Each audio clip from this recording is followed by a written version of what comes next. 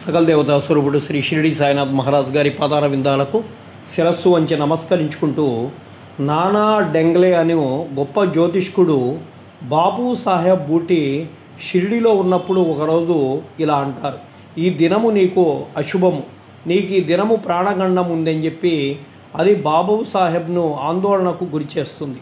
ఆయన యథాప్రకారంగా మసీదులోకి పోగా బాబూ సాహెబ్తో ఇట్లంటారు, ఈ నానా ఏమంటున్నాడు, నీకు మరణం ఉన్నదని చెప్తున్నాడు కదా, సరే నీవు ఏమీ భయపడనక్కర్లేదు, మృత్యువు ఎట్టు చంపునో చూచెదను గాక అని చెప్పి వానికి ధైర్యంతో జవాబిస్తారు బాబా. ఆనాటి సాయంకాలము బాబూ సాహెబ్ బూటి మరుగుదొడ్డికి వెళ్తాడు. అక్కడ ఒక పాము చూస్తాడు. అతని నౌకరు దాన్ని చూచి ఒక రాయిని ఎత్తి కొట్టబోతాడు.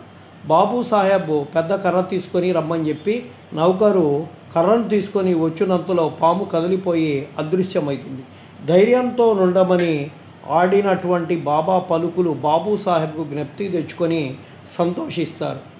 కోపర్గాం తాలూకాలో కొరాలే గ్రామ నివాసి అమీర్ షక్కర్, అతడు ఒక కసాయి కులమునకు చెందినవాడు. అతడు బాంద్రాలో కమిషన్ వ్యాపారిగా పనిచేస్తూ ఉండేవాడు. అక్కడ అతనికి మంచి పలుకుబడి కలదు. అతడు కీళ్లవాతంతో బాధపడుతూ ఉండేవాడు. భగవంతుడిని జ్ఞప్తికి తెచ్చుకొని వ్యాపారమును విడిచిపెట్టి షిరిడి చేరి బాబాను రక్షించమని చెప్పి వేడుకుంటారు. చావడిలో కూర్చొనుమని బాబా అతన్ని ఆజ్ఞాపిస్తాడు. అటువంటి రోగికి ఆ స్థలము సరైనది కాదు, అది ఎల్లప్పుడూ తేమగా ఉంటుంది. గ్రామంలో ఇంకేదైనా స్థలము ఉండేది కానీ బాబా పలుకులే తగిన ఔషధం. నిర్ణయ సూత్రంగా మసీదుకు వచ్చుటకు బాబా అతనికి ఆజ్ఞ ఇవ్వలేదు. చావడిలోనే కూర్చోమని ఆజ్ఞాపించను. అది వానికి మిక్కిలి లాభకారి అయ్యను.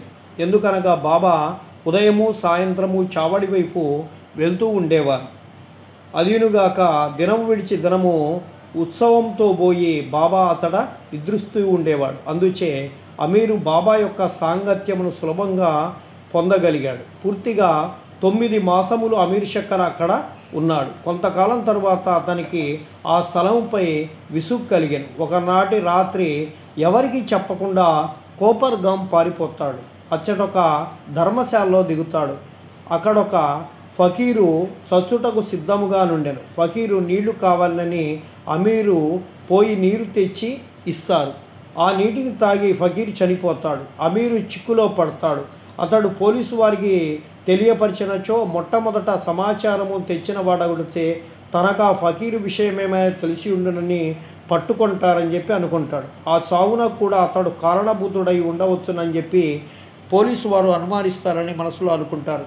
బాబా ఆజ్ఞ లేనిదే షిరిడి విడిచిపెట్టుట తప్పేనని అతడు గ్రహించి పశ్చాత్తాపడతాడు.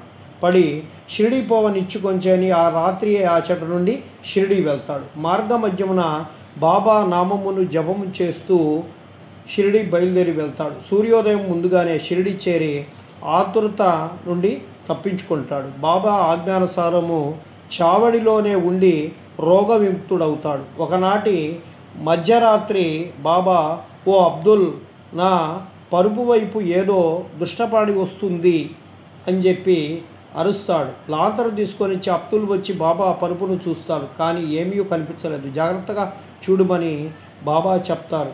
నేలపై సటకాతో కొడతారు. అమీర్ షక్కర్